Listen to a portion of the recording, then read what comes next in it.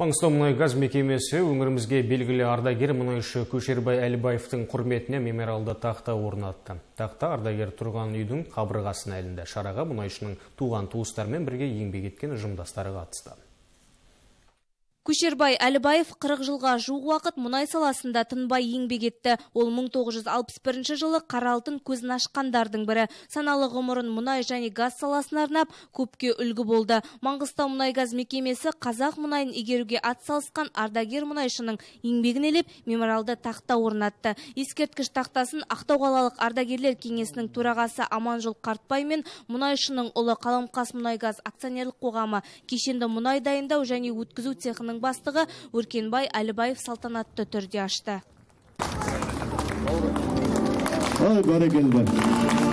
Соның бүгін сәт түсіп, сол ардагер мұнайшылармен, өндіріс ардагерлерімен, Көшекеңнің туған тумаластарының қатысуымен сол бүгінгі сол шараның өтуіне қатысып тұрған жайымыз бар.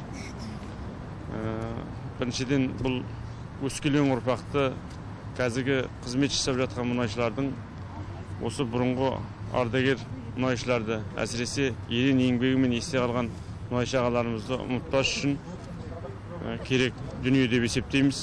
Ерен еңбегі үшін Көшербай Әлібаев құрмет орденімен бірнеше медальдармен марапатталған. 2016 жылы қазан айында өмірден озды. Шараға жиналғандар оның еңбекқор мамандығына адал қызмет еткенін жарыса айтты. 1961 жылы 15 декабрьде өзенде мұнай ашылып, мастер Кулебякин дейтін, сол бригада істеген. Бұл енді тәтемнің еңбегі бүткіл Маңғыстауға, Қазақстанға белгілі болсын. Тек осы мына тақта балдарына қалған халыққа белгілі болсын. Еңбек сіңірген адамдардың еңбегі белгіленсе оның артын не керек енді. Әке көрген оқ жонар демекші Көшербай ағаның балалары да жолын қуып, қазіргі таңда мұнай саласында еңбек етіп жүр. Жансая Оразбай, Ерлан Амантайұлы, жаңалықтар.